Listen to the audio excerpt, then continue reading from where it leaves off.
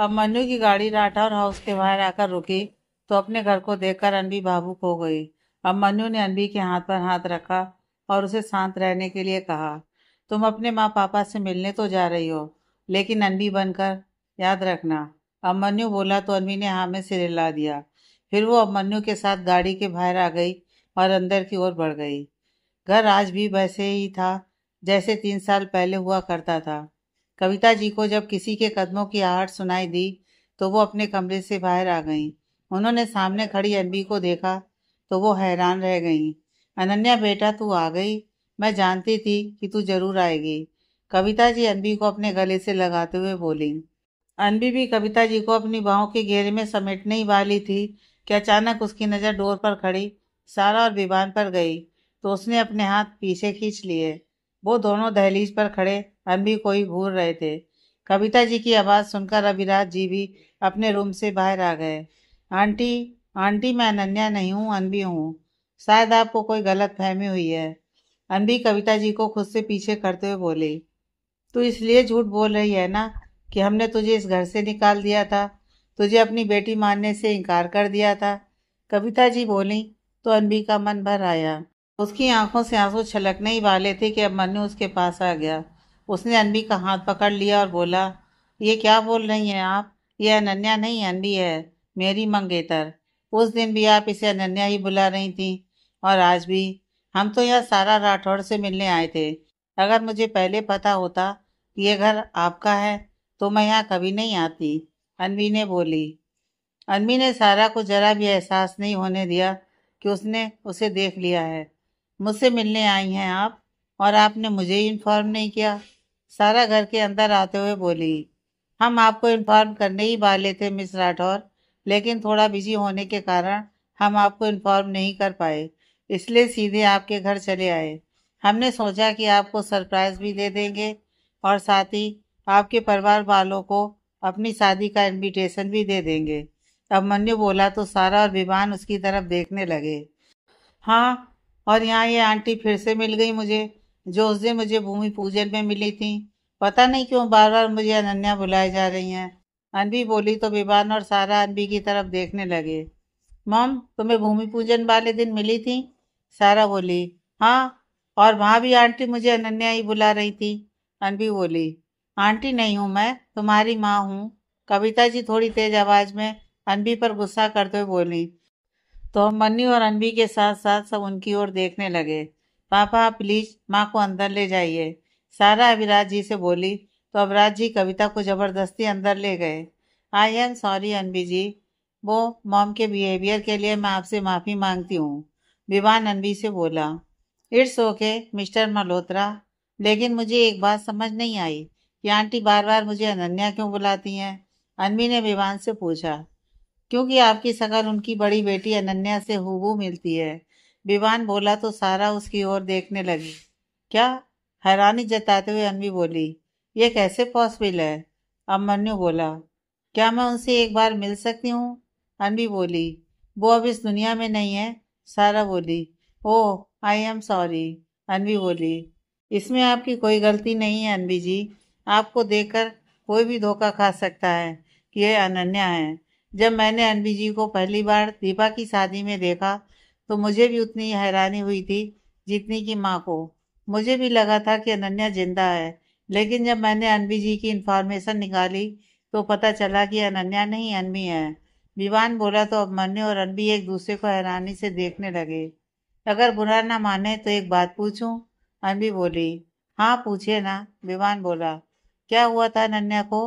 Aunty कह रही थी कि उन्होंने उसे घर से निकाल दिया। अनवी बोली तो विवान और सारा उसकी ओर आंखें बड़ी करके देखने लगा। धोखा? धोखा दिया था उसने हम सबको, हमारे प्यार को। एक ही पल में हम सबका भरोसा तोड़ दिया था उसने। इसीलिए गुस्से में माँ पापा ने उसे घर से निकाल दिया और फिर एक एक्सीडेंट में उसकी मौत हो गई। विवान के बोलने से पहले ही सारा बोली, ओ, क्या मैं उनकी कोई तस्वीर देख सकती हूँ? अनवी बोली, हाँ मैं भी देखूं, आखिर कौन है वो जिसका चेहरा अब मन्नू राजपूत की वाइफ से हूबहू मिलता है? अब मन्नू बोला, हमारे घर में उस चरित्रहीन और धोखेबाज लड़की की कोई तस्वीर नहीं है। इस घर से निकलने के बाद हम सबने उसका सारा सामान भी इस घर से निकाल दिया और अपने दिलों से उसकी यादें भी निकाल कर बाहर गईं। सारा बोली तो सब उसकी ओर देखने लगे। सारा की बातें सुनकर अनबी का गला भर आया था। उसकी भीगी पलकों से आंसू की बूंद उसके गाल पर लुढ़क गई। सबकी नजरों से चुराकर अनबी ने अपनी आंखों के आंसू पोंछ लिए। We are very sorry. आपको ठेस पहुंचाने की हमारी कोई इंटेंशन नहीं थी। अगर हमें पहले पता होता कि अनबी को देखकर आंटी जी जैसे बिहेव करेंगी तो हम यहाँ कभी नहीं आते। आपको ऑफिस में ही मिल लेते। अभिमन्यु बोला। इट्स ओके मिस्टर राजपूत, इस समय आपकी कोई गलती नहीं है। विवान बोला। वेल, यह हमारी शादी का कार्ड मिस्टर मल्होत्रा, यह आपके लिए, और मिस राठौर यह आपके लिए। मैं चाहता हूँ कि आप दोनों फैमिलीज हमारी शादी में शामिल हो। अब मनु ने शादी के कार्ड के साथ मिठाई विवान और सारा को थमा दी। फैमिली के नाम पर मेरे पास बस राठौर फैमिली ही है और मैं उनके साथ आपकी शादी में जरूर शामिल होऊंगा। विवान बोला। हम आपका इंतजार करेंगे। अभिमन्यु बोला। श्योर, हम जरूर आएंगे। सारा बोली। अभिमन्यु और अनबी ने सबको बाय बोला और वहां से अपनी गाड़ी की ओर बढ़ गए। सारा उन दोनों को जाते हुए अजीब नजरों से देखने लगी और दहलीज के पास आकर रुक गई। क्या हुआ? उन्हें ऐसे क्यों घूर रही हो? विवान ने सारा को अभिमन्यु और अनबी को घूरते हुए देखा तो वो उसके पास आते हुए बोला। क्या तुमने उन्हें राठौर हाउस का एड्रेस दिया था? सारा ने विवान से पूछा। नहीं, मैं भला उन्हें घर का एड्रेस क्यों दूंगा? विवान बोला। ना तुमने उन्हें घर का एड्रेस दिया और ना ही मैंने, तो फिर ये दोनों यहाँ कैसे पहुंचे? सारा सोचते हुए बोली। अब मन्नू राजपूत है वो, उसके लिए किसी का एड्रेस पता करना कोई खास बात नहीं है। विवान बोला। एड्रेस पता किया है या वो पहले से ही जानते थे हमारे घर का एड्रेस? सारा बोली तो विवान उसकी तरफ हैरानी से देखने लगा। क्या बोल रही हो तुम? मुंबई में रहते हैं वो, तो दिल्ली के घर का एड्रेस उन्हें भला कैसे पता होगा? कहीं से ले लिया होगा। तुम बिना कुछ ज्यादा ही सोचती हो। अब चलो अंदर चलकर माँ को भी संभालना है तुम्हें। विवान बोला। तुम ही संभालो जाकर, वैसे भी मेरे माँ बाप मुझसे ज्यादा तुम्हारी सुनते हैं। सारा विवान से बोली और अपने कमरे की तरफ बढ़ गई। सारा को जाते देख विवान ने दाएं से बाएं से रिलाया और फिर कविता जी और अविराज जी के कमरे की तरफ बढ़ गया। विवान बेटा, तू ही बता, वो लड़की अनन्या ही है ना? कविता जी बोली। नहीं माँ, आपको गलतफहमी हो रही है। वो अनन्या नहीं है, अनबी है। अनन्या को गए हुए 3 साल होने को है माँ। अनबी की बस शक्ल मिलती है अनन्या से। विवान बोला। एक बार अपने दिल पर हाथ रख कर कहे कि वो अनन्या नहीं है। कविता जी बोली। हाँ, वो अनन्या नहीं है। अगर वो अनन्या होती तो मैं उससे अपने बहुत से सवालों के जवाब मांगता। विवान सोचते हुए बोला। मुझे तो लगता है कि तूने सच्चे दिल से कभी अनन्या से प्यार किया ही नहीं। अगर किया होता तो तू अनन्या को पहचानने में कभी भूल नहीं करता। कविता जी विवान पर थोड़ा गुस्सा करता हुआ बोली तो उनकी बात सुनकर विवान हैरानी से उन्हें देखने लगा। कविता, तुम होश में भी तो हो, क्या बोले जा रही हो? अभिराज जी कविता जी पर चिल्लाए तो कविता जी कुछ शांत हो गईं। इट्स ओके पापा, आप माँ को कुछ मत कहिए। उनकी मनोदशा मैं अच्छे से समझ सकता हूँ। आप उनका ख्याल रखिए, मैं चलता हूँ। विवान बोला और वहां से चला आया। बेवजह बच्चे का दिल दुखा दिया। अबराज जी बोले। कोई मेरी बात को समझता क्यों नहीं? कविता जी अबराज जी को घूर कर देखा और फिर आकर अपने बिस्तर पर लेट गईं। कविता जी की हालत देखकर अबराज जी भी परेशान हो रहे थे। उन्हें समझ में नहीं आ रहा था कि वो उन्हें कैसे समझाए कि उनकी बेटी अनन्या उन्हें छोड़कर कब की जा चुकी है। इधर सारा अपने कमरे में इधर से उधर चक्कर काट रही है और अम्मी के बारे में ही सोच रही है। कैसे पता चला होगा उसे मेरे घर का एड्रेस? उसकी शक्ल, उसकी बातें और चॉइस सब अनन्या से मेल खाता है। लेकिन अगर वो अनन्या होती तो अब तक चुप ना बैठती। अटेम्प्ट टू मर्डर के जुर्म में मुझे पुलिस के हवाले कर चुकी होती। माँ, पापा और विवान आसानी से उसे मिल जाते, लेकिन उसने ऐसा नहीं किया। अगर वो अनन्या होती तो विवान को वापस पाने की कोशिश करती, लेकिन वो तो अब मन्नू राजपूत से शादी करने जा रही है। मुंबई में उसकी एक फैमिली है। विवान ने सब कुछ तो पता किया है। विवान सही कह रहा था, शायद मैं ही ज्यादा सोच रही हूँ। सारा खुद से बोली। फिर उसने पास ही पड़े टेबल पर रखे जग को उठाया और गिलास में पानी भरने लगी। उसने एक गहरी सांस ली और एक ही बार में पूरा पानी गटक गई। नहीं, मैं विवान पर विश्वास नहीं कर सकती। मुझे खुद अनबी के बारे में पता करना होगा। खुद उसकी सारी इंफॉर्मेशन निकलवानी होगी, तभी मेरे दिल को चैन आ पाएगा। सारा बोली और फिर उसने अपना फोन निकाला और एक नंबर डायल किया। जी मैडम बोलिए, आज इतने सालों बाद हमारी याद कैसे आई? फोन उठाते ही सामने से आवाज आई, मुझे अनबी मेहरा की सारी इंफॉर्मेशन चाहिए। अगले हफ्ते तक का वक्त है तुम्हारे पास। अगले हफ्ते मैं मुंबई आ रही हूँ और मुझे इस लड़की की सारी जन्म कुंडली चाहिए। तो मैं उसकी फोटो और उसका नाम सेंड कर रही हूँ।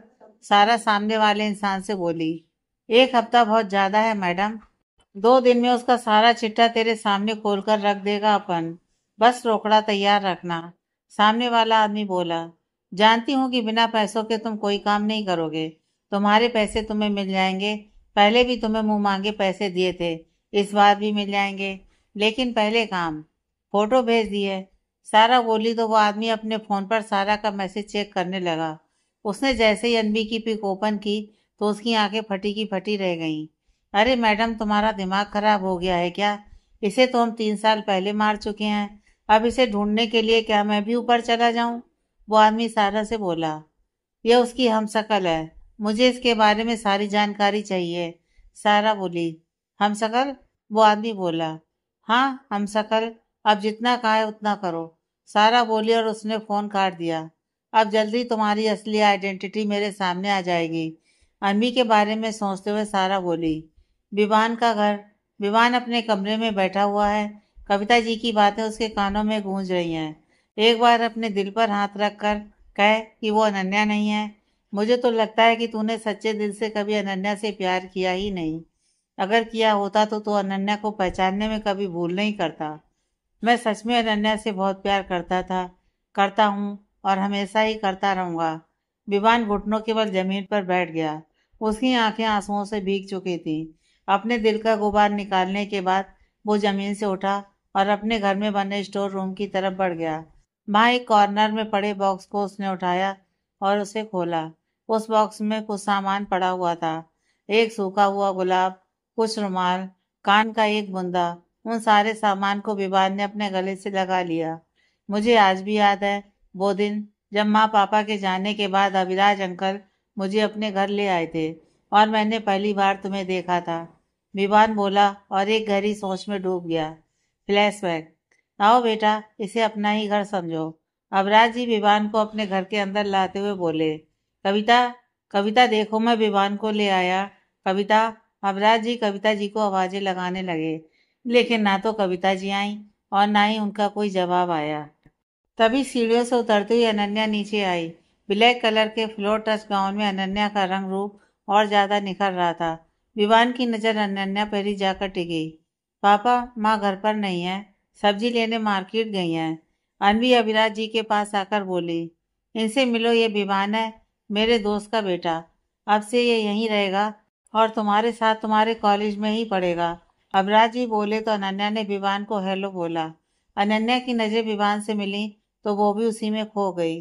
गोरा रंग, लाइट ब्राउन कलर की आंखें, बिल्कुल किसी हीरो की तरह लग रहा था। पहली नजर में ही दोनों ने एक दूसरे को मनी मन पसंद कर लिया। फ्लैशबैक खत्म। तुम मेरा पहला प्यार हो अनन्या। मैंने सच में बहुत प्यार किया तुमसे, लेकिन तुमने मेरे प्यार का मजाक बनाकर रख दिया। मैं कभी सोच भी नहीं सकता था कि तुम अपने शौक के लिए किसी के साथ भी। विवान रोते हुए बोला। वो बॉक्स लिए वो वहीं स्टोर रूम की दीवार के साथ सटकर बैठ गया। इधर अब मनु ने गाड़ी को होटल की पार्किंग एरिया में पार्क किया और अनबी के साथ अंदर आ गया। क्या हुआ, तुम ठीक तो हो ना? अब मनु ने अनबी को अपने ही ख्यालों में खोए हुए देखा तो उससे पूछा। हमें अचानक से अपने घर देखकर सारा चुप नहीं बैठने वाली। वो जिस तरह से मुझे देख रही थी, उसे पक्का मुझ पर शक हो गया होगा कि अगर मैं अनवी हूँ तो हमें उसके घर का एड्रेस कैसे मिला। अनवी बोली, और अब वो अनवी के बारे में जानने के लिए हाथ पैर मारेगी। लेकिन जब तक अब मन्नू नहीं चाहेगा, वो अनवी की तह तक नहीं पहुंच पाएगी। वो वही देखेगी जो हम उसे दिखाना चाहेंगे। सो डोंट वरी, अब मन्नू बोला। हमें एक बार कोशिश करनी चाहिए, कोई ना कोई तो ऐसा सबूत होगा ना जो हमारे हाथ लग जाए। अनवी बोली, क्या तुम उन लोगों को पहचान सकती हो जो उस वक्त सारा के साथ थे, जिस रात उसने तुम्हें मारने की कोशिश की थी? अब मन्नू बोला तो अनवी उस रात के बारे में सोचने लगी। उसने बहुत कोशिश की याद करने की, लेकिन उन लोगों के चेहरे उसे याद नहीं आए। शायद नहीं, मायूस ही अन्वी बोली। कोई बात नहीं, कोई दूसरा रास्ता मिल जाएगा, तुम स्ट्रेस मत लो, अभिमन्यु बोला। अगर किसी तरह से उस आदमी के बारे में पता चल जाए जो उस रात मेरे साथ होटल के कमरे में था, तो शायद सारा के खिलाफ कुछ सबूत मिल जाए। अनवी बोली तो अभिमन्यु हैरानी से उसकी तरफ देखने लगा। अनवी ऐसे क्यों बोल रही है? उस दिन मैंने अनवी को सारा सच बता दिया था कि उस रात होटल के कमरे में मैं उसके साथ था। फिर आज ये, क्या उस दिन अनवी ने मेरी पूरी बात नहीं सुनी थी? अनवी को देखते हुए अभिमन्यु खुद से बोला। क्या हुआ, कहाँ खो गए आप? अनवी ने पूछा तो अभिमन्यु अपने ख्यालों से बाहर आया। नहीं, कुछ नहीं, अभिमन्यु बोला। तो आप रुक क्यों गए? चलिए ना, अनवी बोली तो अभिमन्यु उसके साथ आगे अपने रूम की ओर बढ़ गया। परेशान सा अभिमन्यु अपने रूम में आया और वहां लगी चेयर पर बैठ गया। अनवी की बात बार बार उसके कानों में गूंज रही है। अगर किसी तरह से उस आदमी के बारे में पता चल जाए जो उस रात मेरे साथ होटल के कमरे में था, तो शायद सारा के खिलाफ कुछ सबूत मिल जाए। फिर वो उस दिन के बारे में सोचने लगा जिस दिन उसने अनबी को सब बता दिया था। इसका मतलब तुम उस दिन मेरी बात सुने बिना ही वहां से चली गई थी और मुझे लगा कि तुमने सब सुन लिया है। फिर से एक सच से तुम अनजान रह गई। तभी अभिमन्यु के रूम का डोर नॉक हुआ। अभिमन्यु ने उठकर डोर खोला तो सामने नमन खड़ा था। भाई, आपका फोन कहाँ है? नमन ने पूछा। यही है, क्या हुआ? अभिमन्यु बोला। तो आप अपना फोन उठा क्यों नहीं रहे? मॉम कब से आपको फोन कर रही हैं, कितनी परेशान हो गई वो। आप एक बार मॉम से बात कर लीजिए, नमन बोला। ठीक है, मैं कर लूंगा, अभिमन्यु बोला। भाई, कुछ हुआ है क्या? नमन जाने लगा तो उसने अभिमन्यु से पूछा। नहीं, तू ये क्यों पूछ रहा है? अभिमन्यु बोला। अगर कोई ऐसी बात है तो आप मुझे शेयर कर सकते हैं, नमन बोला तो अभिमन्यु अपने रूम में लगे सोफे पर धड़ाम से बैठ गया। नमन ने रूम का डोर बंद किया और अभिमन्यु के पास आकर बैठ गया। मेरी जिंदगी घूम फिर कर फिर से मुझे उसी जगह लाकर खड़ा कर देती है जहां मुझे अनबी को खोने का डर लगा रहता है, अभिमन्यु बोला। क्या हुआ है भाई, साफ साफ बताइए, नमन बोला। मुझे लगा था कि मैंने अनबी को सारा सच बता दिया है और सारा सच जानने के बाद ही उसने मुझे एक्सेप्ट किया है, लेकिन नहीं, अभी भी एक ऐसा सच है जो उसके लिए जानना बहुत जरूरी है, अभिमन्यु बोला।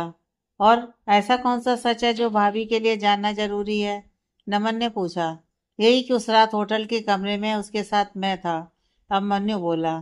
तो भाई, आप इतना परेशान क्यों हो रहे हो? आप भाभी को सच बता दीजिए, वो आपको जरूर समझेंगी, नमन बोला। वो उस आदमी से बहुत नफरत करती है जिसकी वजह से उसकी जिंदगी के सारे रिश्ते छिन गए। जब उसे पता चलेगा कि वो आदमी कोई और नहीं बल्कि मैं था, तो पता नहीं वो कैसे रिएक्ट करेगी। जाने अनजाने अनबी की जिंदगी बर्बाद करने में मैंने भी उस सारा का साथ दे दिया, अब मनु दुखी मन से बोला। लेकिन भाई, ऐसा नहीं है, आपने कुछ भी जानबूझकर नहीं किया। मुझे लगता है आपको एक बार भाभी से बात करनी चाहिए। पिछली बार की तरह उन्हें सच बताने में देर मत कीजिए। अगर सच किसी और से पता चले तो तकलीफ ज्यादा होती है, नमन बोला तो मनु उसकी ओर देखने लगा। सही कह रहा है तू। जो गलती मैंने पिछली बार की थी, इस बार वो गलती नहीं करूंगा और अनवी को खुद ही सारा सच बता दूंगा। अभिमन्यु नमन के गले से लग गया। इधर अनवी रूम में आई तो बेड पर बैठी हुई स्नेहा लैपटॉप पर अपना काम कर रही थी।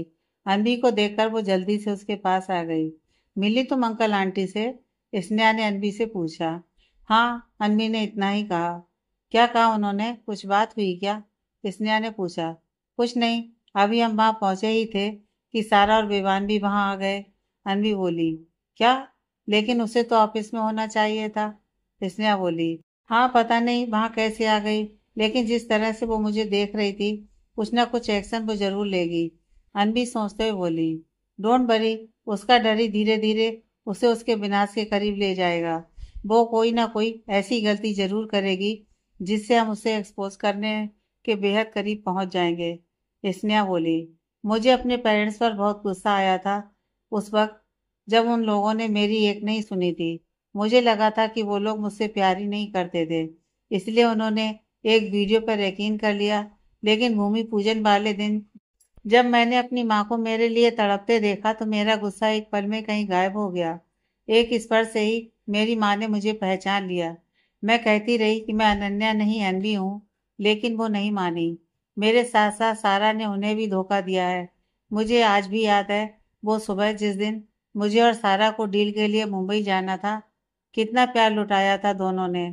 फ्लैशबैक। पापा आशीर्वाद दीजिए, यह डील हमें ही मिले। अनन्या अविराज जी के सीने से लगते हुए बोली।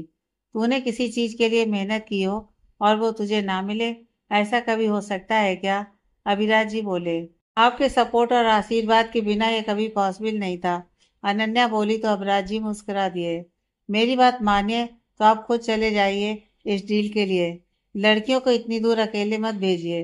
विमान भी तो नहीं है यहाँ पर, उसके आने का ही इंतजार कर लेते। कविता जी लिविंग एरिया में आते हुए अविराज जी से बोली। माँ, मुंबई की बहुत बड़ी कंपनियों में से एक जेएस कंपनी से हमारी डील हो रही है और हम उन्हें रुकने के लिए भला कैसे कह सकते हैं? अनन्या बोली। ये विमान भी ना, इसको भी अभी जाना था, रुक के चला जाता।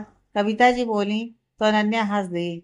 अब वो अपने चाचा से क्या कहता कि थोड़े दिन रुककर बीमार पड़ना। वो बेचारे जिंदगी और मौत से लड़ रहे हैं और आप हैं कि। अनन्या कविता जी के गले से लगते हुए बोली। क्यों बेवजह फिक्र करती हो तुम कविता? ये मेरी बेटियां नहीं बल्कि बेटे हैं, मेरा मान और अभिमान है। मैं अच्छे से जानता हूँ कि तुम दोनों मेरी इज्जत पर एक भी दाग नहीं लगने दोगी। मेरी बेटियां पूरा जहान जीत सकती हैं। अविराज जी बोले तो अनन्या और सारा दोनों मुस्कुरा दी। हाँ चलो मुंह खोलो। कविता जी बोली तो अनन्या ने अपना मुंह खोल दिया। कविता जी ने पहले अनन्या को दही शक्कर खिलाया और फिर सारा को। अनन्या और सारा ने कविता जी और अविराज जी को बाय बोला और फिर दोनों एयरपोर्ट के लिए निकल गईं। कुछ घंटों बाद सारा और अनन्या मुंबई पहुंच गईं। होटल में चेक इन करने के बाद अनन्या और सारा फ्रेश हो गईं। शाम को जेस कंपनी के साथ उनकी मीटिंग थी, तो दोनों मीटिंग के लिए रेडी होकर होटल से निकल गईं। दी, आप अंदर चलो, मैं अभी आई। होटल के सामने सारा और अभी की गाड़ी रुकी तो सारा अनन्या से बोली। अरे, कहाँ जा रही है तू? अनन्या ने पूछा। यही हूँ, बस एक इम्पोर्टेंट कॉल करनी है। सारा बोली। ठीक है, जल्दी आना। अनन्या बोली और होटल के अंदर की ओर बढ़ गई। अनन्या ने अभी होटल लॉन में एंटर ही किया था कि एक लड़का अचानक उससे आ टकराया और सीधे आगे निकल गया। अचानक टक्कर होने से उसके हाथ में पकड़ी फाइल नीचे गिर गई और लड़के का पैर लगने से वो फाइल वहां किसी टेबल के नीचे चली गई। इडियट! कैसे कैसे लोग हैं इस दुनिया में, एक सॉरी तक बोलना भी जरूरी नहीं समझते। उस लड़के को घूरते हुए अनन्या बोली। फिर उसका ध्यान अपने हाथ में पकड़ी फाइल पर गया तो वो फाइल ढूंढने लगी। अब ये फाइल कहाँ चली गई? अगर वो फाइल नहीं मिली तो डील कैंसिल हो जाएगी। परेशान सी अनन्या खुद से बोली और फाइल ढूंढने लगी। तभी उसे वहां स्नेहा मिली। फाइल ढूंढने में स्नेहा अनन्या की हेल्प करने लगी। आखिर स्नेहा को एक टेबल के पास पड़ी हुई फाइल नजर आई। यह रही तुम्हारी फाइल। स्नेहा ने फाइल उठाई और अनन्या के पास आ गई। थैंक गॉड कि फाइल मिल गई, वरना आज मेरी डील कैंसिल हो जाती। अनन्या बोली। Thank you so much. Ananya Sneha का हाथ पकड़ते हुए बोली। It's okay and best of luck. Sneha बोली और वहां से चली आई। अनन्या भी मुस्कुराते हुए अंदर की तरफ बढ़ गई। फिर वो रुकी और भागते हुए स्नेहा के पास आ गई। अरे, अपना नाम तो बताती जाओ। अनन्या की आवाज सुनकर स्नेहा रुकी और उसके पास आ गई। हाय, आई एम स्नेहा। अनन्या की तरफ अपना हाथ बढ़ाते हुए स्नेहा बोली। And I am Ananya Rathore. Ananya Sneha से हाथ मिलाते हुए बोली। तुम्हें मैं हमेशा याद रखूंगी। अनन्या बोली। ओह अच्छा, लेकिन ऐसा क्यों? स्नेहा बोली। क्योंकि तुम खास हो। अनन्या बोली। और मैं खास क्यों हूँ? स्नेहा अनन्या को देखते हुए बोली। क्योंकि कोई खास ही होता है जो बिना स्वार्थ के किसी अनजान की हेल्प करता है। अनन्या बोली तो स्नेहा मुस्कुरा दी।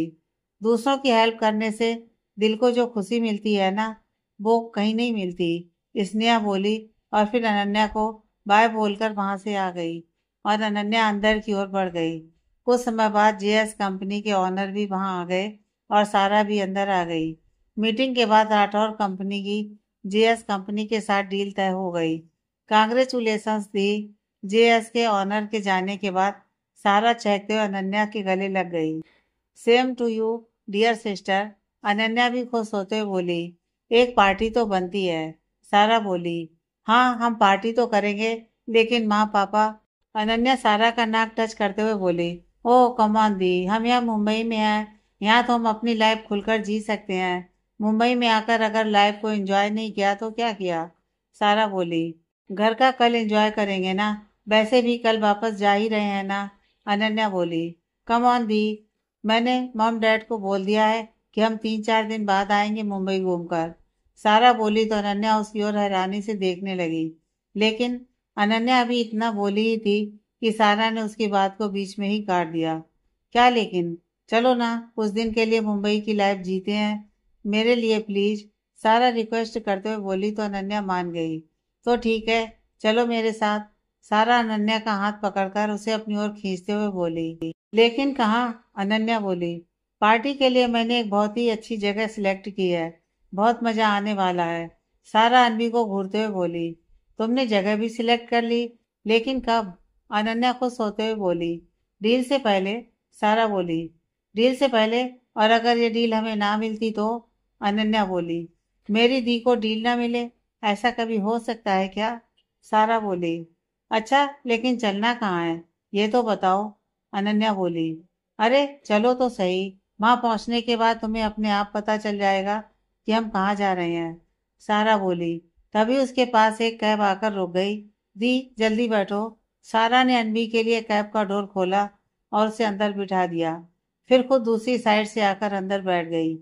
चलिए भैया, सारा बोली तो ड्राइवर ने गाड़ी स्टार्ट की और चल पड़ा।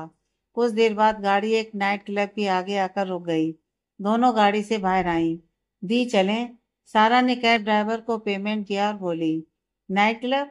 सारा, तुम मुझे यहाँ क्यों लेकर आ गई? अगर पापा को पता चला तो क्या सोचेंगे? नहीं, तू चल यहाँ से। अनन्या सारा का हाथ पकड़कर उसे दूसरी तरफ खींचते हुए बोली। ओ कम ऑन दी, पापा को कौन बताएगा? और फिर पापा ने ही कहा था कि हम उनके बेटे हैं, बेटियां नहीं। अगर लड़के नाइट क्लब में जा सकते हैं तो लड़कियां क्यों नहीं? और वैसे भी ये मुंबई है, यहाँ नाइट क्लब में सब जाते हैं। सारा बोली। नहीं, मुझे कुछ ठीक नहीं लग रहा, यह हमारे संस्कार नहीं है। तू चल यहाँ से। अनन्या सारा से बोली। दी बस एक बार चलो ना, अगर अच्छा ना लगे तो हम आ जाएंगे वहां से। अंदर चलकर देखो तो सही कि लड़के लड़कियां कैसे अपनी लाइफ को एंजॉय करते हैं। सारा बोली, पर अनन्या अभी भी वहीं खड़ी सोचती रही। दी मेरे लिए प्लीज, सारा रिक्वेस्ट करते हुए बोली। ठीक है, लेकिन बस थोड़ी देर के लिए। अनन्या बोली। Okay, you are the best sister in the world. सारा अनन्या के गले से लग गई। फिर वो अनन्या का हाथ पकड़कर अंदर की ओर चल दी। अंदर लाउड म्यूजिक पर लड़के लड़कियां झूम रहे थे। सारा और अनन्या वहां काउंटर के पास लगी चेयर पर बैठ गईं। सारा ने सामने खड़े वेटर को इशारा किया और उसने ड्रिंक के 2 गिलास सारा की तरफ बढ़ा दिए। वेटर के इशारे से सारा ने अनन्या को ड्रिंक ऑफर किया, लेकिन अनन्या ने उसे लेने से मना कर दिया। दी प्लीज, मेरे लिए लो ना। सारा बोली। तू चल यहाँ से, मैं यह ड्रिंक नहीं लूंगी और तू भी नहीं लेगी। अनन्या बोली और उसने सारा के हाथ से ड्रिंक का गिलास लेकर नीचे काउंटर पर रख दिया। दी ये वाइन है, तुम्हें तो इसकी आदत डाल लेनी चाहिए। वैसे भी अब तुम बिजनेस वूमन बन चुकी हो और ये वाइन बड़े लोगों का लोगो स्टाइल होती है। सारा बोली और उसने जबरदस्ती अनन्या को वाइन पिला दी। सारा, तू चल यहाँ से। अनन्या ने सारा का हाथ पकड़ा और उसे बाहर की ओर खींचने लगी। ओके दी, चल रही हूँ ना, अगर आपको यहाँ नहीं रहना तो। सारा बोले और अनन्या की ओर अजीब नजरों से देखने लगी। धीरे धीरे अनन्या का सिर भारी होने लगा। उसे सब कुछ धुंधला नजर आने लगा। प्यास के कारण उसका गला सूखने लगा। दी, तुम ठीक तो हो ना? दी, लो ये पियो। सारा बोली और फिर उसने वोडका का एक शॉट उसकी ओर बढ़ा दिया। अनन्या ने जल्दी से सारा के हाथ में पकड़ा हुआ शॉट लिया और उसे गटक गई। अनन्या को देखकर सारा के चेहरे की शैतानी हंसी धीरे धीरे बड़ी होने लगी। धीरे धीरे अनन्या की आंखें पूरी तरह से बंद होने लगी। उस पर नशे का इतना गहरा असर हो चुका था कि वो ठीक से खड़ी भी नहीं हो पा रही थी। सारा ने एक आदमी को इशारा किया जो कब से उनके पास वाली चेयर पर ही बैठा हुआ था। उसने और सारा ने अनन्या को सहारा दिया और वहां पास ही वाले होटल के कमरे में छोड़ दिया। रात को 4 बजे के करीब जब अनन्या की आंख खुली तो उसने खुद को होटल के एक कमरे में पाया। उसने इधर उधर देखा तो उसने अपने पास एक आदमी को सोते हुए पाया, जिसे देखकर अनन्या के होश ही उड़ गए। रूम में बस हल्की सी रोशनी आ रही थी, जिससे उस आदमी का चेहरा अनन्या को नजर नहीं आया। ये क्या हो गया मुझसे? माँ पापा से क्या कहूंगी मैं? इतनी बड़ी गलती मैं कैसे कर सकती हूँ? अनन्या खुद से बोली। सब सोचकर उसका दिमाग घूम रहा था। उसने जल्दी से अपने कपड़े लिए और चुपके से कमरे से निकल आई। अभी भी उसका सिर भारी हो रहा था। अनन्या ने टैक्सी को रोका और किसी तरह से अपने होटल के कमरे तक पहुंच गई। उसने कमरे को अंदर से लॉक किया और जल्दी से बाथरूम की ओर बढ़ गई। अनन्या ने शावर को ऑन किया और खुद ऐसे ही बेसुसी शावर के नीचे बैठ गई। उसके आंसू पानी की बूंदों के साथ ही धुल गए। दी दी कुछ देर बाद उसके रूम का डोर नॉक हुआ। सारा की आवाज सुनकर अनन्या उठी और ऐसे ही भीगे कपड़ों में बाथरूम से बाहर आ गई। उसने डोर खोला तो सारा उसे हैरानी से देखने लगी। दी, ये सब क्या है? क्या हालत बना रखी है आपने अपनी? और रात को कहाँ चली गई थी आप? कितना ढूंढा मैंने आपको। सारा बोली तो अनन्या सारा के गले लगकर फूट पड़ी। सब बर्बाद हो गया। मैंने अपने माँ और पापा का विश्वास तोड़ दिया। अनन्या रोते हुए बोली। दी, हुआ क्या है? क्या कह रही हैं आप? मुझे कुछ समझ में नहीं आ रहा। अच्छे से बताइए क्या हुआ है। सारा हैरान होने का नाटक करते हुए बोली। सारा के इरादों से अनजान अनन्या ने अपनी सारी व्यथा सारा को बता दी। वर्तमान स्नेहा ने अनबी की नम आंखों को साफ किया और उसे अपने गले से लगा लिया। तभी इसके रूम का डोर नॉक हुआ। स्नेहा ने डोर खोला तो सामने अभिमन्यु खड़ा था। अनबी, मुझे तुमसे कुछ बात करनी है। अभिमन्यु बोला। आप दोनों बात कीजिए, मैं अभी आई। स्नेहा बोली और रूम से बाहर आ गई। जी कहिए, क्या बात करनी है? अनबी बोली। उस रात के बारे में। अभिमन्यु बोला तो अनबी अभिमन्यु की तरफ देखने लगी। किस रात के बारे में? अनबी ने पूछा। उस रात होटल के कमरे में तुम्हारे साथ मैं था। अभिमन्यु बोला तो अनबी आंखें बड़ी करके उसकी ओर देखने लगी। क्या कहा आपने? अनबी बोली। तुम उस इंसान को ढूंढना चाहती थी ना, जिसने वो रात तुम्हारे साथ बिताई थी। वो इंसान मैं ही हूँ। अभिमन्यु बोला तो अनबी उसे देखते हुए हंस पड़ी। क्या हुआ? तुम हंस क्यों रही हो? हैरानी से अनबी को देखते हुए अभिमन्यु बोला। अच्छा प्लान बनाया है आपने। अनबी बोली। प्लान? अभिमन्यु हैरानी से अनबी को देखने लगा। हाँ, लेकिन आपका यह प्लान फेल होने वाला है। आपको क्या लगता है कि आप सारा को ये झूठ बोलेंगे कि उस रात होटल में आप मेरे साथ थे तो वो मान जाएगी? 1 मिनट में हमें झूठा साबित कर देगी। वो जिसके साथ उसने मेरा सौदा किया था, उसे तो वो अच्छे से पहचानती होगी ना। अनबी बोली और फिर सब याद करके बोलते बोलते उसकी आंखों में नमी उतर आई। अनबी, तुम मेरी बात समझने की कोशिश करो। मैं सच कह रहा हूँ। अभिमन्यु बोला। अभिमन्यु, मैं आपको अच्छे से जानती हूँ। किसी के साथ ऐसा करना तो दूर, किसी के साथ ऐसा करने के बारे में आप सोच भी नहीं सकते। अनबी अभिमन्यु का हाथ अपने हाथ में लेते हुए बोली। अनबी, अभिमन्यु इतना बोला ही था कि अनबी ने उसके होठों पर अपना हाथ रख दिया। अब बस आप पर ऐसा घटिया इल्जाम लगाकर मैं खुद को इंसाफ नहीं दिला सकती। अनबी बोली तो अभिमन्यु हैरानी से उसकी ओर देखने लगा। अनबी ने अपना सिर अभिमन्यु के सीने पर रख दिया। अभिमन्यु ने भी अपनी बाहें अनबी के चारों ओर लपेट ली। अनबी, मैं कैसे समझाऊं तुम्हें कि मैं सच कह रहा हूँ। हाँ, उस रात मैं ही था तुम्हारे साथ, लेकिन मैंने कुछ भी जानबूझकर नहीं किया। अभिमन्यु अपने मन में बोला। उसकी आंखों में भी नमी उतर आई थी। तभी अभिमन्यु का फोन बज उठा। अनबी अभिमन्यु से अलग हुई। अभिमन्यु ने अपनी पॉकेट में से अपना फोन निकाला और देखा तो हॉस्पिटल से फोन था। क्या हुआ? आप फोन को ऐसे क्यों देख रहे हैं? अनबी ने अभिमन्यु से पूछा। हॉस्पिटल से फोन है। अभिमन्यु थोड़ा परेशान होते हुए बोला और उसने फोन उठा लिया। जी डॉक्टर, कहिए। फोन उठाते ही अभिमन्यु बोला। मिस्टर राजपूत, आपके लिए गुड न्यूज़ है। मिसेस शिखा को होश आ गया है। डॉक्टर ने कहा तो अभिमन्यु के चेहरे पर एक बड़ी सी स्माइल आ गई। Oh really? हम सुबह ही पहुंच रहे हैं। अभिमन्यु खुश होते हुए बोला और उसने फोन कट कर दिया। अनवी, शिखा माँ को होश आ गया है। अनवी को उसके कंधे से पकड़ते हुए अभिमन्यु बोला और फिर उसने उसे कसकर हक कर लिया। अभिमन्यु की बात सुन अनवी के चेहरे पर एक बड़ी सी स्माइल आ गई। डिनर के लिए चलें? फिर सुबह जल्दी निकलना है। अभिमन्यु बोला तो अनवी ने हाँ में सिर हिला दिया। आप चलिए, मैं बस 5 मिनट में आई, अनवी बोली। हाँ जल्दी आना, अभिमन्यु बोला और अनवी के रूम के बाहर आ गया। अभिमन्यु के जाने के बाद स्नेहा रूम में आ गई। क्या बात है, बड़ी खुश नजर आ रही है। 10 मिनट में जीजू ने ऐसा क्या जादू कर दिया। स्नेहा अनवी के खिले हुए चेहरे को देखकर बोली। वो तो खुद ही एक जादू है। वो जब भी मेरे पास होते हैं ना, तो मेरे मन को एक अलग सा सुकून मिलता है। उन्हें देखकर और उनका साथ पाकर मेरा मन ऑटोमेटिकली खुश हो जाता है। और फिर आज तो खुशी की बात है ही, अनवी बोली। और वो खुशी की बात क्या है, स्नेहा ने अनवी से पूछा। सिका माँ को होश आ गया है, अनवी चहकते हुए बोली। क्या, सच में? स्नेहा हैरानी से अनवी को देखने लगी। हाँ सच में, माँ को होश आ गया है, इसलिए हम सुबह जल्दी निकलेंगे, अनवी बोली तो स्नेहा के चेहरे पर भी एक बड़ी सी स्माइल आ गई। कुछ देर बाद स्नेहा और अनवी डिनर के लिए नीचे आ गईं। अभिमन्यु और नमन वहां पहले से ही उनके आने का इंतजार कर रहे थे। स्नेहा और नमन की नजर मिली तो एक पल के लिए दोनों एक दूसरे को देखने लगे। दोनों सुबह का वाकया याद करके मन ही मन मुस्कुरा दिए। दोनों को एक दूसरे की नजदीकियां अच्छी लगने लगी थी। डिनर करने के बाद सब अपने अपने रूम में आ गए।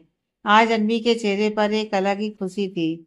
अनजान होते हुए भी शिखा जी ने जो प्यार उसे दिया था, वो उसके लिए अनमोल था। वो चाहती थी कि उसकी और अभिमन्यु की शादी में शिखा जी भी शामिल हो। और आज शिखा जी को होश आने के बाद उसकी यह विश भी पूरी हो गई। अगली सुबह सुबह जल्दी रेडी होने के बाद सब मुंबई के लिए निकल गए। कुछ ही घंटों में फ्लाइट मुंबई एयरपोर्ट पर लैंड हो गई। चारों एयरपोर्ट से सीधे हॉस्पिटल के लिए निकल गए। आधे घंटे बाद उनकी गाड़ी हॉस्पिटल के पार्किंग एरिया में जाकर रुकी। गाड़ी रुकने की देर थी कि अनवी भागते हुए शिखा जी के बाट की तरफ भाग गई। बाकी सब भी अनवी के पीछे पीछे चल दिए। अनवी ने शिखा जी के बाट का दरवाजा खोला तो शिखा जी अपने बेड पर आधी लेटी सी बैठी हुई थी और उनके सामने खड़ी नर्स उनका बीपी चेक कर रही थी। उन्हें सही सलामत देखकर अनवी की आंखें नम हो गईं। माँ, अनवी ने शिखा जी को पुकारा तो शिखा जी उसकी ओर देखने लगी। अनवी, मेरी बच्ची, शिखा जी भी भरे गले से बोली। उन्होंने अपनी दोनों बाहें फैला दी और अनवी भी भागते हुए उनकी बाहों में आ समाई। दोनों के आंसू बहने लगे। क्यों किया आपने ऐसा? अपनी बीमारी के बारे में मुझे कुछ क्यों नहीं बताया? अनवी रोते हुए शिखा जी से बोली। तुझे बताती तो तू बेवजह परेशान हो जाती, शिखा जी बोली।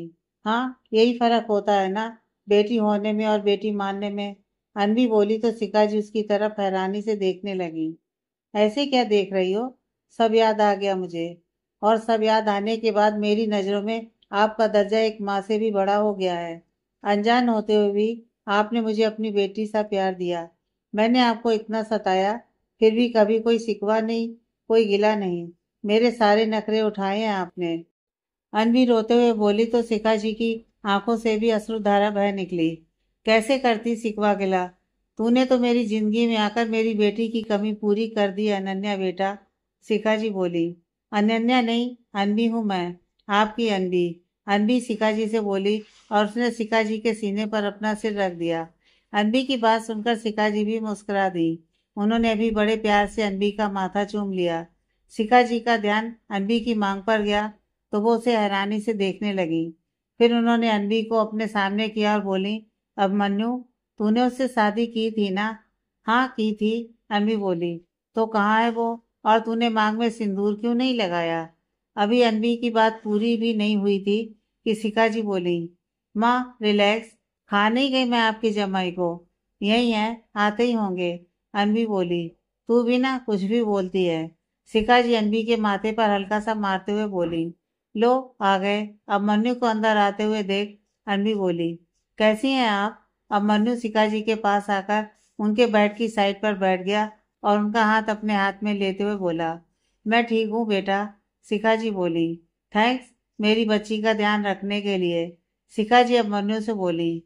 थैंक्स कहकर आप मुझे पराया कर रही हैं, अब मन्नू बोला तो शिखा जी मुस्कुरा दी। वैसे जो भी हो माँ, आपने मेरे लिए एकदम परफेक्ट लाइफ पार्टनर ढूंढा है, अनवी शिखा जी से बोली। सच जानने के बाद पता नहीं तुम मुझे परफेक्ट लाइफ पार्टनर मानोगी भी या नहीं, अनवी को देखते हुए अभिमन्यु अपने मन में बोला। वो तो मैं जानती हूँ, इसीलिए तो तुम्हारा हाथ अभिमन्यु के हाथ में सौंपने के बाद मुझे मौत से भी कोई डर नहीं था। शिखा जी बोली तो अनवी ने उनके होंठों पर अपनी उंगलियां रख दी।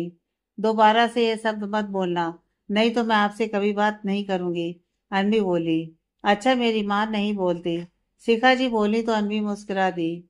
अब मुझे ये बता कि जब तुम और अमनु दोनों साथ हो तो तूने अपनी मांग क्यों नहीं भरी और ना ही गले में मंगलसूत्र पहना है? शिखा जी ने अनवी से पूछा। हालात कुछ ऐसे हो गए थे कि कुछ समय के लिए मैं अभिमन्यु और अपनी शादी को भूल गई थी, लेकिन फिर भी अभिमन्यु ने मेरे दिल में अपने लिए जगह बना ली। अब जब मुझे सब याद आ गया तो वैशाली माँ चाहती हैं कि वो पूरे रीति रिवाज से मुझे बहू बनाकर अपने घर ले जाएं। अनवी बोली तो अभिमन्यु उसे बड़े प्यार से निहारने लगा और मुस्कुरा दिया। वहीं शिखा जी अनवी को सवालिया नजरों से देखने लगी। वैशाली माँ, अनवी के मुंह से वैशाली जी का नाम सुनकर सोच में पड़ गई। वैशाली माँ, अभिमन्यु की माँ? हाँ, लेकिन आपको कैसे पता होगा? ये आपके जमाई अभिमन्यु राजपूत हैं, अभिमन्यु सिंघानिया नहीं, अनवी बोली। जानती हूँ, शिखा जी बोली तो अनवी आंखें फाड़े शिखा जी को देखने लगी और फिर अभिमन्यु को। जानती हो, लेकिन कैसे? अनवी शिखा जी और अभिमन्यु दोनों को सवालिया नजरों से देखने लगी। हाँ, जब मैंने अभिमन्यु को तुम्हारा हाथ थामने के लिए कहा था तो उसने मुझे सब सच सच बता दिया था। वो झूठ बोलकर तुमसे शादी नहीं करना चाहता था। इसकी सच्चाई और ईमानदारी देख कर ही मैंने इसके हाथ में तेरा हाथ दिया था। शिखा जी बोली तो अनवी की आंखें हैरानी से और ज्यादा बड़ी हो गईं। क्या? अनवी शॉकिंग मोड में बोली तो शिखा जी और अभिमन्यु दोनों मुस्कुरा दिए। आपने माँ को सच बता दिया, तो मुझे क्यों नहीं बताया? अनवी बोली। डर था तुम्हें खोने का, और फिर तुमसे डर भी तो लगता था कि अगर तुमने शादी से मना कर दिया तो। अभिमन्यु अनवी को चढ़ाते हुए बोला तो अनवी उसे घूर कर देखने लगी। हाँ, इसलिए मैंने ही अभिमन्यु से कहा था कि जो जैसा है वैसा ही चलने दे। शिखा जी बोली तो अनवी मुंह बनाकर उन्हें देखने लगी। मुंह क्यों बना रही है? इतना अच्छा तो लाइफ पार्टनर ढूंढा है तेरे लिए। अगर मैं तेरी शादी वेबसाइट पर प्रोफाइल ना बनाती तो तू अब मनु से कैसे मिलती? शिखा जी बोली तो अनवी मुस्कुरा दी। हाँ, ये तो है। अब मैं और अब मनु दोबारा शादी करने जा रहे हैं। मैं दिल से चाहती थी कि आप हमारी शादी में शामिल हो, और देखो भगवान ने मेरी ये इच्छा भी पूरी कर दी। अनवी बोली तो शिखा जी ने प्यार भरा हाथ उसके सिर पर रख दिया। इसीलिए तो मैं उठ गई। शिखा जी बोली तो सब मुस्कुरा दिए। कैसी हैं आप? बाड़ के डोर पर खड़ी स्नेहा ने शिखा जी से पूछा। शिखा जी ने स्नेहा को देखा तो उनके चेहरे पर एक बड़ी सी स्माइल आ गई। स्नेहा के साथ नमन भी अंदर आ गया। स्नेहा जल्दी से शिखा जी के पास आ गई और नमन बेड के पास शिखा जी के पैरों वाली साइड आकर खड़ा हो गया। स्नेहा को देख अब मन्नू उठ खड़ा हुआ और स्नेहा शिखा जी के पास बैठ गई। मैं ठीक हूँ, तू कैसी है? शिखा जी ने पूछा। मैं भी एकदम परफेक्ट, स्नेहा बोली। तूने भी शादी कर ली? शिखा जी की नजर नमन पर गई तो उन्होंने स्नेहा से पूछा। शादी? और मैंने? आपको किसने कहा? स्नेहा ने शिखा जी से पूछा। वो तू इस लड़के के साथ आई तो मुझे लगा कि। शिखा जी बोली तो स्नेहा और नमन एक दूसरे को देखने लगे। भाई अनवी और अभिमन्यु दोनों मुस्कुरा दिए। शादी और इससे? नेवर। नमन और स्नेहा दोनों एक साथ बोले तो सब उनकी ओर हैरानी से देखने लगे। ओह सॉरी, लगता है मुझे गलतफहमी हो गई। शिखा जी दोनों का रवैया देखते हुए बोली। बहुत ही बुरी गलतफहमी हुई, स्नेहा धीरे से बुदबुदाई। क्या कहा तुमने? शिखा जी ने स्नेहा से पूछा। कुछ नहीं, मैं क्या कहूंगी, स्नेहा बोली। फिर सब बातें करने लगे। पेशेंट को रेस्ट करने दीजिए अब। कुछ देर बाद नर्स वार्ड में आई और उसने सबको वार्ड से बाहर भेज दिया। अब मन्नू और अनवी डॉक्टर के पास बात करने चले गए और नमन और स्नेहा घर के लिए निकल गए। दिल्ली। तुमने मुझे इतनी जल्दी रेडी होने के लिए क्यों कहा? और इतनी सुबह सुबह हम कहाँ जा रहे हैं? गाड़ी में बैठते हुए विवान ने सारा से पूछा, जो उसके घर के बाहर गाड़ी में बैठे हुए उसी का इंतजार कर रही थी। होटल RS, सारा बोली और उसने गाड़ी स्टार्ट कर दी। ये तो वही होटल है ना जहाँ मिस्टर राजपूत रुके हैं? विवान बोला। हाँ, वो आज मुंबई वापस जा रहे हैं तो सोचा एक बार उनसे मिल लेते हैं, सारा विवान से बोली। अच्छा विचार है, विवान बोला तो सारा मुस्कुरा दी। कुछ ही देर में उनकी गाड़ी RS होटल के पार्किंग एरिया में जाकर रुकी। सारा ने गाड़ी में रखा एक बड़ा सा आर्किड के फ्लावर का गुलदस्ता उठाया और फिर दोनों होटल की तरफ बढ़ गए। मिस्टर राजपूत, विवान ने रिसेप्शन पर पूछा। वो तो सुबह अर्ली ही चेकआउट कर गए, रिसेप्शनिस्ट ने विवान को बताया। तो सारा हैरानी से रिसेप्शनिस्ट को देखने लगी। चेकआउट कर गए? लेकिन वो तो दोपहर के बाद जाने वाले थे ना? सारा बोली। जी मैम, लेकिन आज वो सुबह ही जल्दी निकल गए। रिसेप्शनिस्ट बोली। आखिर ऐसा क्या काम आ गया जो वो लोग दोपहर की बजाय सुबह ही निकल गए? सारा खुद से बोली और फिर अपने हाथ में पकड़े बुके की ओर देखने लगी। ओए, तुम लोग यहाँ? राजवीर जी ने सारा और विवान को रिसेप्शन एरिया में खड़े देखा तो वो उनके पास आ गए। हेलो अंकल, हम यहाँ मिस्टर राजपूत और अनवी जी से मिलने आए थे, सोचा उन्हें बाय बोल दें। विवान बोला। ओह, वो तो सुबह ही निकल गए मुंबई के लिए, राजवीर जी बोले। लेकिन वो तो दोपहर में जाने वाले थे, सारा ने पूछा। हाँ, लेकिन उन्हें इमरजेंसी में जाना पड़ा, राजवीर जी बोले। ऐसी क्या इमरजेंसी थी? सारा बोली। Is everything okay? विवान ने पूछा। अरे वो अनवी पुत्र की माँ को आज महीनों बाद होश आया है, तो इसीलिए सब सुबह ही निकल गए। जिस माँ ने पाल पोस कर इतना बड़ा किया है, अब उसके सही सलामत होने से बच्चों को खुशी तो होगी ना, राजवीर जी बोले। ओ, सारा बोली और फिर विमान और सारा दोनों राजवीर जी को बाय बोलकर वहां से आ गए। कुछ देर तक राजवीर जी उन्हें जाते हुए देखते रहे। फिर उन्होंने अपनी पॉकेट में से अपना फोन निकाला और अब मन्नू का नंबर डायल कर दिया। जी अंकल, फोन उठाते ही अब मन्नू बोला। वो लोग आए थे, राजवीर जी बोले। मैं जानता था कि वो जरूर आएगी, क्योंकि उसे किसी भी कीमत पर अब ये जानना है कि अनवी अनन्या है या नहीं। अब मन्नू बोला। कुछ अजीब दिखा आपको? अब मन्नू ने पूछा। नहीं, ऐसा कुछ अजीब तो नहीं था, बस एक आर्किड के फ्लावर्स का बुके था उसके हाथ में, राजवीर जी बोले। ओके, थैंक यू, अब मन्नू बोला और सोच में पड़ गया। क्या हुआ? आप क्या सोच रहे हैं? और किसका फोन था? अनवी ने अब मन्नू को खोए हुए देखा तो पूछा। सारा होटल आई थी आर्किड के फ्लावर लेकर, अब मन्नू बोला तो अनवी भी हैरानी से उसकी ओर देखने लगी। आर्किड के फ्लावर? अनवी बोली। हाँ, आर्किड के फ्लावर, जिससे तुम्हें एलर्जी है, अब मन्नू बोला। मैं तो कुछ बातें भूल ही गई थी, अनवी हैरान होते हुए बोली। वो अब हर वो मुमकिन कोशिश करेगी जिससे उसे ये पता चल जाए कि तुम अनन्या हो या अनवी। उसका डर उस पर हावी हो रहा है। जैसा हम चाहते थे बिल्कुल वैसा ही होगा। वो अनवी और अनन्या के बीच ऐसा उलझेगी कि खुद को भी भूल जाएगी। अब मन्नू बोला। थैंक गॉड कि हम टाइम से पहले ही वहां से निकल गए, वरना आज उसे अच्छे से पता चल जाता कि मैं ही अनन्या हूँ। आर्किन के फ्लावर की स्मेल से मेरी सांसें उखड़ने लगती हैं और उसका शक यकीन में बदल जाता, अनवी बोली। इसीलिए तो कहते हैं कि भगवान जो करते हैं अच्छा ही करते हैं। अगर आज हम सुबह वहां से जल्दी नहीं निकलते तो हम शायद सारा की चाल का शिकार हो जाते, अब मन्नू बोला। जानती थी मैं कि वो यूं ही हाथ पर हाथ धरे नहीं बैठेगी, सच का पता लगाने के लिए कुछ ना कुछ जरूर करेगी, अनवी बोली। हाँ, अब हमें और भी ज्यादा अलर्ट रहना है, अब मन्नू बोला तो अनवी ने भी हाँ में सिर हिला दिया। फिर दोनों वहां से घर के लिए निकल गए। दिल्ली, राठौर हाउस। गाड़ी से उतरकर सारा पैर पटकते हुए अपने कमरे में आ गई। अपने हाथ में पकड़ा आर्किन का बुके उसने जमीन पर दे मारा और फिर उस बुके को घूर कर देखने लगी। ये ख्याल मुझे पहले क्यों नहीं आया? अगर मैं पहले ही उस दिन अनवी को आर्किड का फ्लावर दे देती तो 1 मिनट भी नहीं लगता मुझे उसे पहचानने में कि वो अनवी है या अनन्या। क्योंकि दो इंसानों की शक्ल मिल सकती है, कुछ आदतें भी मिल सकती हैं, लेकिन हर किसी इंसान की फिजिकल कंडीशन एक सी नहीं होती। सारा अनवी के बारे में सोचते हुए बोली। इस बार तो तुम बच गई, लेकिन डोंट वरी, ज्यादा दिन तक तुम मुझसे बच नहीं पाओगी। खुद ही इनविटेशन दिया था ना मुझे मुंबई आने का, तो शुभ काम में देरी कैसी? बस एक बार मैं मुंबई आ जाऊं, फिर दूध का दूध और पानी का पानी हो जाएगा, सारा बोली और तिरछा सा मुस्कुरा दी। फिर उसने अपने बैग में से अपना फोन निकाला और एक नंबर डायल कर दिया। कुछ पता चला क्या? सामने वाले के फोन उठाते ही सारा बोली। ओ मैडम, अपने को क्या एड़ा समझ रखा है? रोकड़ा किधर है? रोकड़े के बिना अपन कोई काम नहीं करता, सामने से वो आदमी बोला। मैंने कहा ना कि तुम्हारे पैसे तुम्हें मिल जाएंगे, कुछ ही दिनों में मैं मुंबई आ रही हूँ, सारा बोली। अगर तेरे को काम मांगता है तो पहले पैसा।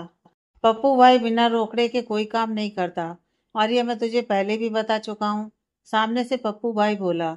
ठीक है, अभी तुम्हारे अकाउंट में 10,000 ट्रांसफर कर रही हूँ। सारा बोली। ए मैडम, साना समझी क्या खुद को? पप्पू भाई सिर्फ 10,000 में तुझे कोई इन्फॉर्मेशन नहीं निकाल कर देगा। पप्पू भाई बोला। एक इन्फॉर्मेशन निकलवाने के लिए 10,000 बहुत है। सारा बोली। लेकिन पप्पू भाई 50,000 लेगा। पप्पू भाई बोला। तुम्हारा दिमाग खराब हो गया है क्या? एक छोटी सी इन्फॉर्मेशन के लिए 50,000? सारा दांत पीसते हुए बोली। काम बहुत ज्यादा है और रिस्क भी। पप्पू भाई बोला। रिस्क? कैसा रिस्क? सारा बोली। अरे मैडम, अगर वो लड़की सच में तुम्हारी बहन हुई तो मुझे तो पहचान लेगी ना वो, कि उस दिन उसको मारने में मैं भी तेरे साथ था। जान हथेली पर रख कर जाएगा अपन। पप्पू भाई बोला। हाँ, तुम्हें तुम्हारे पैसे मिल जाएंगे, लेकिन मुझे काम जल्द से जल्द चाहिए। सारा दांत पीसते हुए बोली। यह हुई ना बात। शाम तक तुझे सारी इन्फॉर्मेशन मिल जाएगी, बस रोकड़ा ट्रांसफर कर दो। पप्पू भाई बोला। अभी 20,000 ट्रांसफर कर रही हूँ, बाकी के पैसे काम होने के बाद। सारा बोली और उसने फोन कट कर दिया। इस अनन्या के चक्कर में मेरा सारा बैंक अकाउंट खाली हो चुका है, और जो बचा कुचा है वो इस अनबी के चक्कर में खत्म हो जाएगा। सारा खुद से बोली और फिर उसने पप्पू भाई के अकाउंट में 20,000 रुपये ट्रांसफर कर दिए। मुंबई। अब मन्नू ने अनबी को एवेन्यू अपार्टमेंट में ड्रॉप किया और फिर अपने घर के लिए निकल गया। अभी अभिमन्यु ने गाड़ी को राजपूत विला के पार्किंग एरिया में पार्क किया ही था कि उसका फोन बज उठा। सर, मिस सारा के अकाउंट से अभी अभी 20,000 रुपये ट्रांसफर हुए हैं, यही मुंबई के बैंक अकाउंट में। अभिमन्यु के फोन उठाते ही सामने से आवाज आई। मुंबई के बैंक अकाउंट में? किसके बैंक अकाउंट में? अभिमन्यु ने पूछा। कोई प्रशांत राज नाम का आदमी है। सामने से आवाज आई। पता करो कौन है वो और कहाँ रहता है। अभिमन्यु बोला। उसने फोन कट किया और फिर घर के अंदर की ओर बढ़ गया। Good morning mom. Good morning dad. Abhimanyu ने लिविंग एरिया में बैठे हुए वैशाली जी और राजेंद्र जी को विश किया और फिर उनके चरण छू लिए। शिखा जी कैसी हैं? वैशाली जी ने अभिमन्यु से पूछा। वो ठीक है, बस कल टेस्ट होने के बाद उन्हें हॉस्पिटल से डिस्चार्ज मिल जाएगा। अभिमन्यु बोला। चलो अच्छा है, अनबी की इच्छा थी कि उसकी शादी में उसकी शिखा माँ उसके साथ हो। वैशाली जी खुश होते हुए बोली। हाँ, अभिमन्यु ने इतना ही कहा और फिर अपने रूम की ओर बढ़ गया। कुछ देर बाद वो रेडी होकर ऑफिस के लिए निकल गया। शाम का समय। दिल्ली। राठौर टेक्सटाइल। अपने केबिन में बैठी हुई सारा अपना काम कर रही है, तभी उसका फोन बज उठा। सारा ने देखा तो पप्पू भाई का फोन था। कमाल है, काम कोई भी हो, पैसा चुटकियों में सारे काम करवा देता है। फोन पर पप्पू भाई का नाम देखते हुए सारा मुस्कुराते हुए खुद से बोली। बोलो, क्या खबर है? फोन उठाते ही सारा बोली। वो लड़की जिसका तुम फोटो भेजी थी, वो अनवी मेहरा है। यही मुंबई में पली बड़ी है वो। उसके बाप का नाम सतीश मेहरा और माँ का नाम शिखा मेहरा है। उसका बाप कुछ सालों पहले इस दुनिया से चला गया और पिछले कुछ महीनों से उसकी माँ कोमा में थी। कल ही उसे होश आया है और वो लड़की मुंबई के सबसे बड़े बिजनेसमैन अभिमन्यु राजपूत से शादी करने जा रही है। तू टेंशन मत ले, उस लड़की का खाली थोपड़ा ही मिलता है तेरी बहन से, वरना वो दोनों अलग अलग पर्सन ही हैं। पप्पू भाई बोला तो सारा के चेहरे पर एक बड़ी सी स्माइल आ गई। अब मैं तेरे को सारी इन्फॉर्मेशन दिया ना, तो अब मेरा बाकी का रोकड़ा मेरे अकाउंट में ट्रांसफर करने का। पप्पू भाई बोला। हाँ, डोंट वरी, तुम्हें तुम्हारा इनाम मिल जाएगा। सारा बोली और उसने फोन काट दिया। मुंबई। साहब, आपने जैसा बोलने को कहा था मैंने बिल्कुल वैसा ही कहा। फोन कटने के बाद पप्पू भाई सामने चेयर पर बैठे आदमी से बोला। गुड। सामने बैठा अभिमन्यु पप्पू भाई से बोला। कुछ समय पहले अभिमन्यु अपने लैपटॉप पर अपना काम कर रहा था कि उसका फोन बज उठा। अभिमन्यु ने देखा तो नमन का फोन था। भाई, जिस प्रशांत राज के अकाउंट में सारा राठौर ने 20,000 रुपये ट्रांसफर किए हैं, 3 साल पहले सारा ने इसी अकाउंट में 6 महीने तक लगातार हर महीने 50,000 रुपये हर महीने ट्रांसफर किए थे। नमन बोला। हाँ, इसका मतलब ये कि सारा पहले से जानती है। हो सकता है कि अनबी के मारने की साजिश में ये भी शामिल हो। अभिमन्यु बोला। हाँ भाई, हो सकता है। छोटा मोटा गुंडा है मुंबई का, थोड़े बहुत पैसों के लिए कुछ भी करने को तैयार हो जाता है। अपने प्लान को अंजाम देने के लिए इसी की मदद ली होगी सारा ने, इसीलिए तो उसके अकाउंट में इतनी राशि सारा द्वारा भेजी गई है। नमन बोला। तो ये हमारे बहुत काम आ सकता है, इसे मेरे पास लेकर आओ। अभिमन्यु बोला और उसने फोन काट दिया। कुछ देर बाद उसके केबिन का डोर नॉक हुआ। कमिन लैपटॉप पर अपनी नजरें गड़ाए हुए ही अभिमन्यु बोला। अभिमन्यु की परमिशन पाते ही मनीष पप्पू भाई के साथ अंदर आ गया। उसके साथ नमन भी अंदर आ गया। सर, ये पप्पू भाई यानी प्रशांत राज है, मनीष बोला। बैठो, अभिमन्यु बोला तो पप्पू अभिमन्यु के सामने वाली चेयर पर आकर बैठ गया। कहो साहब, अपन को यहाँ क्यों बुलाया है? चेयर पर बैठते हुए पप्पू बोला। पैसे के लिए कुछ भी करते हो तुम, है ना?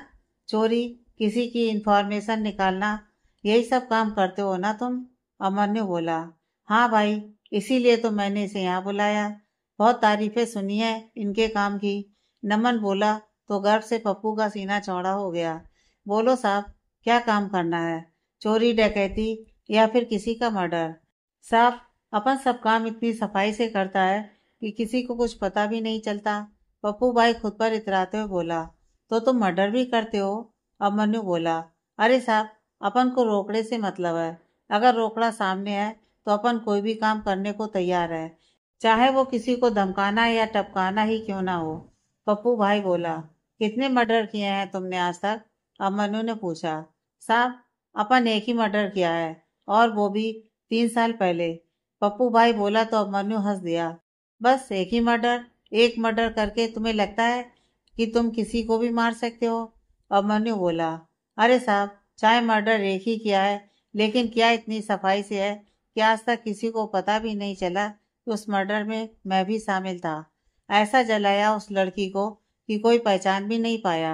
पप्पू बोला। 3 साल पहले लड़की को जलाया? अभिमन्यु हैरानी से उसे देखते हुए बोला, और फिर नमन की तरफ देखने लगा। सारा राठौर की बहन अनन्या राठौर को, है ना? अभिमन्यु बोला तो पप्पू भाई आंखें फाड़े उसे देखने लगा। वो घबराकर वहां से उठकर जाने लगा तो मनीष ने उसे रोक लिया। नमन ने अपनी गन उसकी कनपट्टी पर तान दी। चुपचाप बैठो वहां, नमन बोला तो पप्पू वापस चेयर की ओर बढ़ गया। कौन हो तुम लोग? और सारा मैडम और उसकी बहन के बारे में कैसे जानते हो तुम? घबराए हुए पप्पू ने पूछा। इसकी इंफॉर्मेशन निकालने के लिए कितने रुपए मिल रहे हैं तुम्हें? अभिमन्यु ने अपने फोन में से अम्बी की पिक निकाली और पप्पू की तरफ अपना फोन घुमाते हुए बोला। अभिमन्यु के फोन पर अनन्या की फोटो देखकर पप्पू उसकी तरफ आंखें बड़ी करके देखने लगा। हाँ, लेकिन तुमको सब कैसे पता? अब पप्पू भाई की जुबान लड़खड़ाने लगी थी। अभिमन्यु अपनी चेयर से उठा और आकर टेबल पर बैठ गया। पप्पू भाई उसकी ओर देखने लगा। उसकी आंखों में डर साफ दिखाई दे रहा था। पॉप, तुम जानते नहीं हो मुझे? मुंबई का बहुत बड़ा गुंडा हूं मैं। पप्पू भाई अभिमन्यु को धमकाते हुए बोला।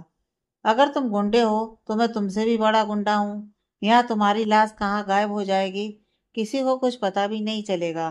पप्पू भाई की शर्ट का कॉलर ठीक करते हुए अभिमन्यु बोला। अब जल्दी से बताओ कि सारा राठौर ने तुम्हें कितने पैसे दिए इंफॉर्मेशन निकालने के लिए? अभिमन्यु ने बड़े ही प्यार से पूछा, लेकिन पप्पू भाई चुपचाप बैठा रहा। मैंने कहा कितने पैसे दिए उसने तुम्हें? अभिमन्यु जोर से चिल्लाया तो पप्पू भाई भी कांप गया। 50,000। पप्पू भाई लड़खड़ाती हुई जबान से बोला। 20 लाख। अभिमन्यु बोला तो पप्पू भाई अभिमन्यु का मुंह ताकने लगा। मैं तुम्हें 20 लाख दूंगा, लेकिन उसके लिए तुम्हें वही करना होगा जो मैं तुम्हें करने के लिए कहूंगा। अभिमन्यु बोला तो पप्पू भाई हैरानी से उसकी ओर देखने लगा। 20 लाख? पप्पू भाई हैरानी से मुंह खोले हुए बोला। क्या हुआ, कम है? चलो 50 लाख। अभिमन्यु बोला। 50 लाख? अरे इतने रोकड़े में तो पप्पू भाई अपनी जान भी दे दे, लेकिन रोकड़ा है किधर? पप्पू भाई बोला। अभिमन्यु ने नमन को इशारा किया तो नमन ने नोटों से भरा एक बड़ा सा बैग पप्पू भाई के आगे खोलकर रख दिया। बोलो, क्या करना है? पप्पू भाई नोटों के बंडल को अपने हाथों से छूते हुए बोला। सारा राठौर को फोन करो और जो मैं कह रहा हूँ उसे तुम वही बताओगे। अभिमन्यु बोला।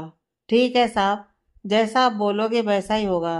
पप्पू भाई बोला और उसने सारा का नंबर डायल कर दिया और उसे वैसा ही बताया जैसा अभिमन्यु ने उसे कहने के लिए कहा था। वर्तमान। Well done. अभिमन्यु बोला। अब मैं चलता हूँ साहब। पप्पू भाई ने बैग का जिप बंद किया और बैग लेकर जाने लगा तो अभिमन्यु ने अपना हाथ उस बैग पर रख दिया। पप्पू भाई उसकी ओर देखने लगा। तुम्हें क्या लगता है बस एक फोन कॉल के लिए ही मैंने तुम्हें 50 लाख दिए हैं? अभिमन्यु बोला। और क्या काम है? बोलो ना साहब, अपन सब करने के लिए तैयार है। पप्पू भाई बोला। टाइम आने पर पता चल जाएगा, लेकिन अगर तू अपनी बात से पलटा तो तू इस दुनिया से कब चला जाएगा तुझे खुद भी नहीं पता चलेगा। अभिमन्यु बोला। पप्पू भाई अपनी जुबान से कभी नहीं पलटता, और पप्पू भाई ने तुझे जुबान दी है तो वो तेरा काम करने से कभी पीछे नहीं हटेगा, चाहे उसे अपनी जान की बाजी ही क्यों ना लगानी पड़े। पप्पू भाई बोला और वहां से चला गया। भाई, आपको क्या लगता है कि ये हमारी बात मानेगा? पप्पू भाई के जाने के बाद नमन अभिमन्यु से बोला। जरूर मानेगा, और अगर नहीं माना तो हम उससे मनवाएंगे। अभिमन्यु बोला। इस पर नजर रखना, शहर से बाहर ना जा पाए। अभिमन्यु मनीष से बोला। जी सर, मैं अभी अपने आदमियों को काम पर लगाता हूँ, मनीष बोला और वहां से चला गया। कुछ देर बाद नमन भी अपने केबिन के लिए निकल गया और अभिमन्यु अपने काम में लग गया। अगली सुबह राजपूत बिला। 10 दिन बचे हैं शादी के, और यहाँ किसी को बस अखबार पढ़ने से ही फुर्सत नहीं है। वैशाली जी राजेंद्र जी को घूरते हुए बोली। लेकिन राजेंद्र जी चुपचाप अखबार पढ़ते रहे। जो करना है खुद ही करो, किसी को मेरी आवाज सुनाई ही नहीं देती। वैशाली जी बोली। क्यों शोर मचा रही हो? अभी 10 दिन बाकी हैं, सब हो जाएगा। अखबार का पन्ना पलटते हुए राजेंद्र जी बोले। अरे 10 दिन यूं ही बीत जाएंगे, कल से मेहमान भी आने शुरू हो जाएंगे। अभी तो सारी शॉपिंग बाकी है। वैशाली जी चिंता करते हुए बोली। इतनी जल्दी? 10 दिन पहले कौन से मेहमान आते हैं? राजेंद्र जी बोले। बुआ जी, बुआ जी आ रही हैं कल। वैशाली जी बोली। तो अपनी बुआ को बोलो कि अभी शादी में 10 दिन बाकी हैं, कुछ दिन रुक कर आए। अखबार पढ़ते हुए राजेंद्र जी बोले। वैशाली जी ने उन्हें एक नज़र घूर कर देखा और दोनों हाथ कमर पर रखकर उनके सामने खड़ी हो गईं। बुआ आपकी आ रही है, मेरी नहीं। वैशाली जी बोली तो राजेंद्र जी ने एकदम से अखबार को हटा दिया और आंखें बड़ी करके वैशाली जी को देखने लगे। मेरी बुआ? हैरानी से वैशाली जी को देखते हुए राजेंद्र जी बोले। एक्चुअली ना, आप ठीक ही कह रहे थे कि इतनी जल्दी आने की क्या ज़रूरत है। मैं उन्हें फ़ोन करके मना कर देती हूँ कि अभी कुछ दिन रुक कर आएँ, शादी में अभी टाइम है। वैशाली जी बोली और फ़ोन की तरफ बढ़ गई। अरे रुको, क्या कर रही हो? अगर बुआ का मन है तो आने दो, उनके भतीजे के बेटे की शादी है तो पहले तो आएंगी ना। राजेंद्र जी वैशाली जी को रोकते हुए बोले। अच्छा जी, आपकी बुआ बुआ और हमारी बुआ, क्या मन्नू उनका कुछ नहीं लगता? वैशाली जी राजेंद्र जी को घूरते हुए बोली और फिर वहां से किचन की ओर बढ़ गई। हाँ लो राजेंद्र बाबू, अब लग जाओ बीबी को मनाने में। राजेंद्र जी बोले। तो आप ऐसे काम करते ही क्यों हो? सीढ़ियों के पास खड़ा नमन बोला तो राजेंद्र जी उसकी ओर देखने लगे, जो कब से वहां खड़ा राजेंद्र जी और वैशाली जी की नोकझोंक देख रहा था। हाँ, सॉल्यूशन बता, मैंने क्या किया है ये नहीं। राजेंद्र जी नमन को घूरते हुए बोले। तो जाइए और माँ को शॉपिंग के लिए ले जाइए। नमन बोला तो राजेंद्र जी के चेहरे पर एक स्माइल आ गई। आगे की कहानी नेक्स्ट पार्ट में।